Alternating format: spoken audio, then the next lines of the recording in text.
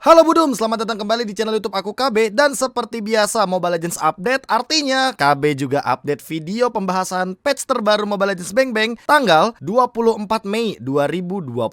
Nah, buat teman-teman yang belum update, langsung aja update di Play Store atau bahkan di App Store, biar kalian juga bisa merasakan perubahan yang terjadi dan juga update-update apa saja yang terjadi. And anyway, daripada membuang waktu terlalu lama karena pembahasannya cukup panjang, langsung aja kita masuk ke pembahasan. Inilah dia patch terbaru dari Mobile Legends Bang Bang. Seperti biasa dengan update yang terbaru, otomatis ada hero baru, Julian, yang tentu nggak bakal aku bahas sekarang, karena seperti biasa untuk hero baru, aku akan menunggu 14 hari atau bahkan nanti setelah meta di MPL baru kita bahas. Inilah dia adjustment hero. Yang pertama, Irithel yang di buff. Dari pasifnya, walaupun jumlah basic attack-nya dikurangi jadi 2 dari 3 panah yang dilontarkan, sekarang untuk damage anak panahnya meningkat sampai dengan 55%. Ditambah, sekarang Irithel tidak menggunakan mana lagi. Sebagai marksman yang tidak menggunakan mana, otomatis dia akan lebih mudah untuk melakukan spam skill terhadap clear wave minion. Jadi mungkin Irithel bakal sedikit meta di gold laner. Ditambah dengan dia mengumpulkan energi saat bergerak, dan dia akan menambahkan anak panah tambahan pada basic attack berikutnya dengan 100% damage. Jadi elaborate banget dengan pasif barunya. Walaupun sempat ada nerf dari segi damage ultimate-nya, tapi dengan anak panah yang damage-nya 100%, jadi keluar 2 panah di damage yang sama, otomatis membuat Irithel makin lebih menakutkan di late game. Apalagi kalau momennya pas, pasif energinya nyala, ultimate-nya juga nyala. Wah, itu pasti bakal jadi anak panah yang mematikan. Yang kedua ada Tamus. Tamus untuk sekarang sepertinya ingin dibuat meta oleh Munton itu sendiri, yang sekarang jeda erupsinya dari 2 detik jadi 0,7 detik. Otomatis untuk ledakan pasifnya yang true damage akan lebih cepat meledak. Ditambah dengan Molten Sight selaku skill 1 dari Tamus sekarang udah bakalan tembus dari minion, jadi bakal nyentuh ke arah bagian belakang. Apalagi buat 1v1 situation di EXP lane pasti bakal lebih gampang untuk melakukan poking damage kepada lawan kita. Perubahan juga terjadi pada Tamus ketika melakukan ultimate. Tamus sekarang memperoleh 500 sampai dengan 1500 maksimal HP yang ditambahkan selama durasi skill ini berlangsung, dan juga meningkatkan attack speed serta HP regen saat menyerang sampai dengan 2,5% dari maksimum HP. Jadi kesimpulannya Tamus sangat amat di buff di sini. Bahkan gak cuma jadi EXP laner, jadi jungler juga kayaknya Tamus oke banget di meta yang sekarang. Selanjutnya ada perubahan sedikit dari Akai yang pasifnya sedikit di nerf, walaupun sebenarnya ini ada tanda panah ke atas yang berarti adalah buff. Akai sendiri ini emang lagi meta banget, lagi in banget di meta yang sekarang, apalagi dengan SEA Games kemarin tuh di first pick terus rata-rata. Melihat pasif damage dan juga shield yang berkurang, otomatis mungkin kita akan lebih fokus sama maksimum HP-nya. Sebenarnya yang dikurangi adalah pasif dari damage dan juga shieldnya. Jadi untuk persenan maksimum HP, otomatis kalau misalkan kita makin tebal, tetap akan sakit kok Akainya. Untuk skill 2 dan skill yang pertama, tidak terlalu banyak perubahan, hanya saja ada beberapa adjustment yang memungkinkan Akai untuk mengeluarkan skillnya jadi lebih mudah lagi. Untuk ultimate-nya, sekarang skill ini hanya bisa diganggu oleh efek suppress seperti Divine Judgment atau bahkan Bloody Hand dari Franco, atau efek Morph. Jadi untuk cooldown-nya juga sedikit ditingkatkan, karena mungkin cooldown reduction dari Akai lumayan cepat. Tapi mungkin perubahan ini dari segi cooldown gak akan berpengaruh. Seperti yang aku sering bilang, cooldown itu bisa dicari, apalagi dengan efek-efek dari item atau bahkan purple buff yang sekarang menjadi makanan dari Akai itu sendiri. Florin di buff dari segi skill 1 atau bahkan ultimate, semuanya di buff. Tapi pertanyaannya, apakah Florin akan masuk ke dalam meta? Menjawab hal tersebut, aku bisa yakinkan bahwa Florin tidak akan terlalu jadi meta banget, karena masih kalah dengan Rafaela, Angela, Estes, atau bahkan Digi yang juga mendapatkan sedikit adjustment. Tapi itu belum akan aku bahas sekarang, karena aku akan bahas untuk Kimi. Kimi mendapatkan perubahan yang sangat jelas sekali, karena kita tahu rata-rata pengguna Kimi itu bakal kesulitan untuk memainkan skill 1 dan basic attack-nya. Jadi Munton mempermudah untuk skill 1 yang bisa diarahkan, serta kalau energinya penuh, otomatis energi transformation-nya langsung ke cast otomatis. Jadi kalian gak perlu pusing-pusing untuk mindahin skill 1 baru basic attack. Jadi sekarang kalian para user Kimi tidak akan dipusingkan untuk energi dan juga penggunaan dari skill 1-nya. Kalian tekan aja skill 1-nya terus-terusan sampai energinya penuh, habis itu nanti bakal otomatis ke cast dari energi transformation-nya. Nana juga mendapatkan buff, yaitu adalah damage yang ditingkatkan dari early game, membuat Nana mampu bertahan di mid lane. Tulisannya sih begitu, tapi untuk metanya sih kayaknya nggak bakal kepilih-pilih banget walaupun di buff sedemikian rupa. Digi juga mendapatkan sedikit adjustment, yang dimana pasifnya kali ini diperbaiki, yaitu ketika Digi tereliminasi, ada efek Curse Helmet dan Battle Spell yang sekarang sudah tidak bisa lagi digunakan. Otomatis buat teman-teman yang nantinya ingin menggunakan Curse Helmet dan juga Battle Spell tertentu ketika Digi lagi tumbang, kayaknya kalian nggak bakal bisa melakukan hal tersebut lagi. Ultimate-nya tapi ditingkatkan. Base shield-nya dari 600 sampai dengan 900 menjadi 650 sampai dengan 1000. Jadi otomatis Digi dalam team fight pasti bakal lebih digunakan. Apalagi sekarang lagi meta banget kan, tank-tank yang CC-nya tuh gede-gede banget kayak Atlas, Akai. Ya otomatis Digi adalah jawabannya. Parsha mendapatkan sedikit buff juga, yaitu adalah dari segi pasifnya. Yang dulu pasifnya itu cooldownnya 10 detik, sekarang jadi 8 detik aja. Kalian bisa lihat di tengah-tengah tuh, yang Fairy, yang burungnya Farsha atau suaminya Farsha, itu akan keluar lebih sering lagi daripada sebelumnya. attack-nya. Cecilion mendapatkan sedikit nerf, yaitu adalah base HP dan juga base physical defense-nya yang dikurangi. Tapi menurut aku perubahan ini walaupun di nerf tidak akan mengubah Cecilion yang mendominasi di mid lane. Karena yang dimainkan Cecilion itu adalah dari pasif stack-nya, yaitu adalah mana pool dan juga damage yang semakin late game semakin lebih mengerikan. Jadi Cecilion sepertinya ingin di nerf aja buat early game yang tidak mendominasi daripada match-match lain. Ya kalau bisa dibilang ini dengan di nerfnya Cecilion kita akan melihat Yves Supremacy atau bahkan Xavier Supremacy. Edit juga mendapatkan sedikit buff, yaitu adalah dengan ultimate base damage range basic attack-nya yang ditingkatkan sampai dengan 65 poin. Lapu-Lapu juga mendapatkan sedikit buff, yaitu adalah dari ultimate-nya.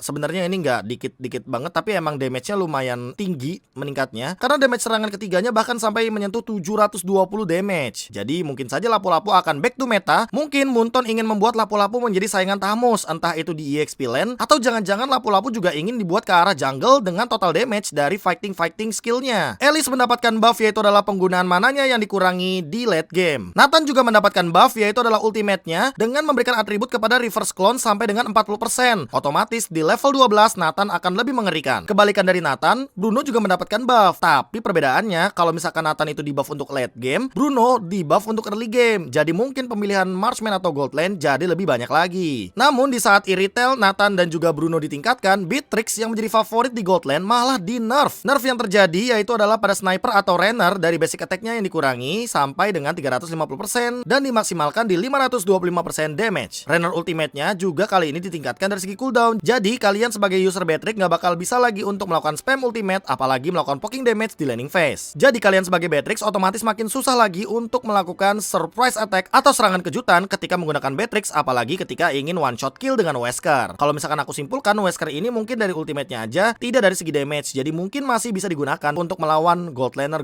yang sekarang lagi meta. Belerik juga mendapatkan nerf, walaupun sebenarnya aku berharap Belerik ini masuk ke dalam meta atau most effective tactic available di turnamen-turnamen seperti SEA Games atau bahkan di MPL atau bahkan MSC mungkin nantinya yang akan kita adakan sesaat lagi. Sebenarnya kalau secara kasat mata, kalau misalkan kalian melihat dari perubahan yang terjadi, mungkin nerf, tapi yang bisa aku simpulkan di sini adalah base damage dari Deadly Thorn yang dikurangi dari 95 sampai dengan 55. Namun bisa ditingkatkan dari 1,5% sampai dengan 1,8 maksimum HP. Kesimpulannya, Belerik akan lebih sakit di late game dengan item-item yang menambahkan darah. Grok yang sedang meta ternyata di nerf juga nih Budum. Ketika kita tahu bahwa setiap Grok sekarang rata-rata bikinnya ke arah physical attack, karena physical attack akan memberikan physical defense, dan untuk sekarang dikurangi jadi setengah aja nih, 0,6 jadi 0,5. Ultimate dari Grok juga dikurangi dari segi total damage-nya. Lihat deh bagaimana damage awal dan damage tambahannya yang mungkin diubah sedemikian rupa agar damage-nya tidak sesakit ketika mungkin pertama kali di buff atau di early game. Tapi kesimpulan yang bisa aku ambil adalah malahan ini membuat Grok menjadi sebuah senjata rahasia. Karena bisa jadi walaupun tidak menjadi sebuah priority pick, tapi Grok ini yang dicari adalah stun 1,8 detiknya, yang otomatis itu akan memberikan efek yang lama banget untuk kalian ketika terkena efek crowd control. Baxia mendapatkan sedikit nerf, yaitu adalah dari atribut pertumbuhan HP-nya di setiap level dari 228 menjadi 193. Gak cuma itu, base damage dari ultimate-nya juga kali ini dikurangi. Namun menurut aku tidak mengkendorkan semangat dari Baxia menjadi sosok jungler, karena efektivitas jungler dari Baxia itu bukan dari damage atau bahkan dari pool HP-nya, tapi dari rotasi dan juga clear jungle yang begitu cepatnya. Kesimpulan dari Baxia mungkin akan tetap masuk ke dalam meta. Amon di buff dari pasifnya, yaitu adalah damage basic attack yang diperkuat dari 70 plus 80 magic power sampai dengan 85 plus 90% magic power. Tapi dengan perubahan seperti ini pun menurut aku masih sangat sulit bagi Amon untuk masuk ke dalam meta, apalagi di era tank jungler seperti sekarang. Kabar baik bagi pengguna Saber, karena sekarang Saber dapat menggunakan skill satunya ketika sedang berlari. Jadi ya cukup mudah untuk melakukan ganking dan lebih mempermudah Saber untuk melakukan timing ketika skill 1, karena rata-rata kan user Saber lama itu pada kesulitan ketika skill satunya itu harus ada animasi skill efeknya. One kali ini juga mendapatkan nerf, walaupun sekarang One itu kayak udah jadi priority pick, di first pick terus di mythical glory sampai epical glory, tapi ternyata ultimate-nya dikurangi dari 40% bonus physical attack jadi 35% bonus physical attack. Lilia juga mendapatkan nerf, yaitu adalah efek slow yang berkurang dari 40% jadi 30%. Otomatis membuat Lilia jadi wajib banget memiliki Ice Queen Wand di first item. Kabar buruk bagi para Gemini, Karina di nerf pasifnya, karena untuk sekarang damage yang berdasarkan HP yang hilang dikurangi dari 7 plus 2% magic power menjadi 5 plus 2,5% magic power. Tapi menurut aku dengan Karina Tank yang sekarang itu efeknya bukan memberikan dealing damage yang tinggi, tapi Karina Tank itu malah untuk mengcounter marksman yang lagi meta. Karena Karina ini adalah hero dengan efek anti basic attack, otomatis membuat marksman yang punya basic attack itu jadi tidak berfungsi sama sekali, karena Dance of Blade-nya nantinya akan memantulkan semua serangan fisik dan mengembalikan hal tersebut menjadi pasif dari Karinanya itu sendiri. Jadi makin mempermudah Karina untuk memainkan pasifnya. Dan makin sulit dibunuh oleh para marksman karena kita tahu marksman kan mengandalkan basic attack sementara Karina anti basic attack. Valentina di nerf dari pasif dan juga cooldown di skill 2-nya, tapi menurut aku tidak mengubah banyak hal karena Valentina itu powernya di ultimate yang bisa mengcopy ultimate lawan. Itu baru dari hero adjustment. Gimana menurut kalian? Apa yang bakal meta? Dan kira-kira apa yang tidak akan masuk ke dalam meta? Menengok ada nerf yang terjadi juga di beberapa hero, tapi menurut aku kayaknya pick ban gak bakal berubah karena untuk sekarang di battlefield adjustmentnya aja masih belum ada 4 minion. Jadi untuk MSC kayaknya kita tidak akan melihat 4 minion di mid lane atau bahkan jungler yang tidak mendapatkan farmingan dari laning phase. Dan kemungkinan besar assassin jungler masih bisa masuk ke dalam meta. Menurut kalian gimana? Tulis coba di kolom komentar sebelum kita menuju kepada battlefield adjustment. Battlefield adjustment, evolve lord kali ini ditingkatkan karena mungkin ketika kita tahu sekarang tuh main Mobile Legends di late game tuh malah makin mengerikan. Otomatis evolve lord seolah-olah menjadi sebuah prioritas lord yang harus didapatkan oleh para tim. Dengan buff yang terjadi dari damage di setiap serangan petir-petirnya. Ini nggak masuk akal banget loh budum-budum karena peningkatannya dari 250 sampai dengan 400. Bayangin kalau misalkan match high ground-nya kayak Varsha, Yves, Lilia, Xavier atau bahkan Cecilion. Pasti ketampar lord bakal pedih banget. Ada beberapa item juga yang mengalami perubahan seperti Twilight Armor karena untuk sekarang ditingkatkan lagi dari segi pengaktifan damage-nya yang sebelumnya dari 2 detik menjadi 1,5 detik saja. Base damage-nya juga ditingkatkan dari 20 sampai dengan 35, membuat beberapa hero seperti Masha atau bahkan teman-temannya yang mengandalkan basic attack ini bisa mengeluarkan damage magical yang begitu memedihkan. Twilight Armor bisa saja menjadi item favorit di meta yang sekarang. Selanjutnya ada Curse Helmet dan juga Molten Essence yang sepertinya di nerf walaupun untuk damage ke minionnya ini ditingkatkan. Sebenarnya Munton mengubah konsep dari Curse Helmet dan juga Molten Essence ini ketika memberikan damage kepada hero. Karena seperti yang kita tahu, untuk maksimum HP yang nantinya akan diberikan dari Curse Helmet itu sangat sakit sekali untuk beberapa hero, mungkin seperti para marksman atau para mage. Otomatis tank-tank pasti bakal lebih mendominasi. Jadi mungkin Munton mengubah konsep dari Curse Helmet dan Molten Essence hanya untuk melakukan clear wave minion. Tapi adjustment ini malah menurut aku mengubah Curse Helmet dan juga Molten Essence menjadi item wajib karena untuk clear wave minion cepat banget dari 100%